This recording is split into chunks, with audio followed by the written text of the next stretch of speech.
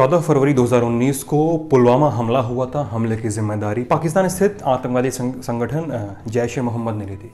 अब national investigative agency NIA को कुछ और अहम और इनडेप्थ जानकारियां मिली हैं, जैसे कि हमले का प्रमुख हैंडलर कौन था, कहां से था, किस तरह इस बड़ी घटना को अंजाम दिया गया। बहुत सारी बातें तो आ चुकी हैं, हम फिर से एक रिकॉल करते हैं। इंडिया टुडे में एक प्रकाशित रिपोर्ट है, बहुत सारी बातें हैं, उन बातों को जानने की कोशिश करते हैं।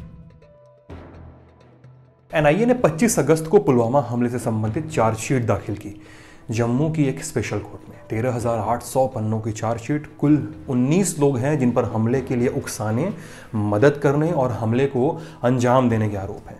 हमलावरों की इस टीम की अगुवाई कर रहा था 22 साल का पाकिस्तानी उमर फारूक। उमर जैश का प्रमुख हैंडलर था, बम बनाने में एक्सपर्ट। उमर पाकिस्तानी आतंकी मोहम्मद इब्राहिम अतहर का बेटा था। अतहर का हाथ 1999 के कंधार विमान हाईजैक में था, तब उमर 3 साल का था। बाद में जब 2000 में मौलाना मसूद अजहर ने जैश ए मोहम्मद की स्थापना की तो अतहर वहाँ भी मसूद के साथ रहा। जब उसका बेटा उमर 20 साल का हुआ तभी से उसे आतंकी गतिविधियों के प्रशिक्षण दिलाने लगा था। हमले के करीब 15 दिन पहले उमर ने आरडीएक्स के अलावा करीब 200 किलो की 2 आईईडी यानी शक्तिशाली विस्फोटक जो होता है उसको तैयार किया था। उसने इतने शातिर तरीके से योजना तैयार की थी कि हमले के तुरंत बाद उसका नाम भी सामने नहीं आया। ये अलग बात है कि 19 मार्च 2019 को वो बडगाम में सुरक्षा बलों के साथ हुई एक मुठभेड़ में मारा गया था। मौत के बाद उसका पुलवामा हमले से संबंध सामने आया है। इस इन्फोग्राफिक से समझिए कि पुलवामा हमले में किस आतंकी की क्या भूमिका थी। एनआईए के मुताबिक 52 वर्षीय मसूद अजहर है जो फरार है। 46 वर्षीय अम्मार अलवी और 47 वर्षीय रऊफ असगर, ये दोनों भी फरार हैं। एनआईए के मुताबिक हमला प्लान करने वाले 4 लोगों में से 3 फरार और एक उमर फारूक मारा गया है। इसके अलावा हमला करने वालों को समझिए। एनआईए के मुताबिक प्रमुख जो टीम थी हमलावरों में वह आदिल अहमद दार था, जिसने बतौर फिदायीन सीआरपीएफ के काफिले पर हमला किया था और वहीं पर उसकी मौत हो गई थी। मोहम्मद कामरान अली और कारी यासिर की मौत हो चुकी है और तीसरा आरोपी मोहम्मद इस्माइल अब तक फरार है। ये एनआईए की चार्जशीट से जानकारियां मिलती हैं। जांच की पहली कड़ी क्या है? उमर फारूक की मौत के बाद सुरक्षा बलों के हाथ उसका फोन लगा। एनआईए इस फोन में दर्ज सभी जानकारियों का बारीकी से अध्ययन करना चाहती थी, लेकिन जम्मू कश्मीर की अदालतों से फोन का पूर्ण अधिकार लेने और जानकारियां निकालने में एनआईए को महीनों लग गए। दिसंबर 2019 में फ़ोन की जानकारियां टटोली गईं तो आईईडी बनाने वालों लोगों की डिटेल्स, तस्वीरें, पाकिस्तान में बैठे उमर के आकाओं से चैट्स वगैरह हाथ लग गईं। एनआईए के आईजी अनिल शुक्ला, जम्मू कश्मीर पुलिस अधीक्षक राकेश बलवाल, पुलिस उप महानिरीक्षक सोनिया नारंग और इनकी टीमों ने मिलकर कड़ी से कड़ी जोड़ी और अब इन्हीं कोशिशों के आधार पर इतनी लंबी चौड़ी चार्जशीट फाइल की गई। अप्रैल 2018 में उमर ने भारत में घुसपैठ की थी। इसके बाद का घटनाक्रम देखिए। अप्रैल 2018 उमर फारूक अंतर्राष्ट्रीय सीमा लांघकर भारत में घुसा। 23 अक्टूबर 2018 उमर का भाई उस्मान त्राल में एक मुठभेड़ में मारा गया। नवंबर 2018 जैश सरगना मसूद अजहर ने बदला लेने की ठानी। उमर ने विस्फोटक खरीदने की तैयारियां शुरू की। दिसंबर 2018 उमर के बैंक खाते में पैसे डलने शुरू हो गए। पुलवामा में सुरक्षित ठिकानों की पहचान कर ली गई और बम बनाने के सामान की खरीदारी शुरू हुई।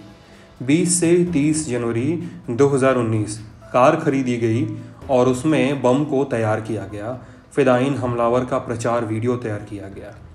1 से 5 फरवरी 2019 हमले के लक्ष्य से जुड़ी जानकारियां जुटाई गईं। 6 फरवरी 2019 एक दिन पहले हुई भारी बर्फबारी के कारण हमले को टालना पड़ा। 14 फरवरी 2019 इस दिन पुलवामा हमला होता है। 29 मार्च 2019 नौगाम में हुई एक मुठभेड़ में उमर फारूक मारा गया। कैसे बना हमले का प्लान? उमर फारूक ने अपने 2 आतंकी साथियों समीर और आदिल के साथ मिलकर इस हमले के लिए आईईडी असेंबल किए। जब सारे विस्फोटक तैयार हो गए तो तीनों ने एक प्रोपेगेंडा वीडियो भी तैयार किया जिसमें आदिल बता रहा है कि वो सुसाइड बॉम्बर क्यों बना। फिर ये वीडियो पाकिस्तान में बैठे अपने आकाओं को भेजा। हमले के बाद ये वीडियो जारी किया गया। 14 फरवरी को बशीर ने पता लगाया कि सीआरपीएफ की बसों का काफिला NH-44 से निकलेगा। बशीर और आदिल कार से NH-44 की तरफ निकले। यहां तक पहुंचने के उनके पास 3 रास्ते थे। 2 पर नाकाबंदी थी, लिहाजा वे तीसरे कच्चे रास्ते से निकले। हाईवे से 1 किलोमीटर पहले बशीर गाड़ी से उतर गया। कुछ ही देर में सीआरपीएफ की 76वीं बटालियन का काफिला हाईवे पर आया। 78 गाड़ियां थीं। आदिल ने 5वीं गाड़ी से अपनी गाड़ी बढ़ा दिया। डैशबोर्ड पर लगा डेटोनेशन स्विच दबा दिया। जोरदार धमाका हुआ। आवाज मीलों दूर तक सुनी जा सकती थी। सड़क पर काफी गहरा गड्ढा हो गया। देश में हुए सबसे भीषण आतंकी हमलों में से ये एक था। 1.5 साल बाद आगे क्या?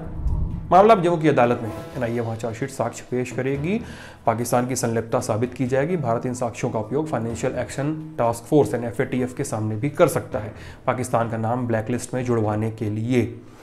जांच कुछ अहम सवाल भी खड़े करती है, जैसे कि तमाम दावों के बाद भी जैश के आतंकी भारत में घुसने, रहने और इतना बड़ा हमला करने में कामयाब हो गए। ये कैसे? लोकल लेवल पर उन्हें घर से लेकर ट्रांसपोर्ट तक तमाम कामों में मदद मिली कैसे? इन सवालों के लिए जवाब ढूंढना भी निश्चित ही जांच एजेंसियों की प्राथमिकताओं में होगा। तो ये थी रिपोर्ट। अभिषेक त्रिपाठी ने इस रिपोर्ट को लिखा है। मैं सिद्धांत प्रेजेंटर के तौर पर आया हूँ।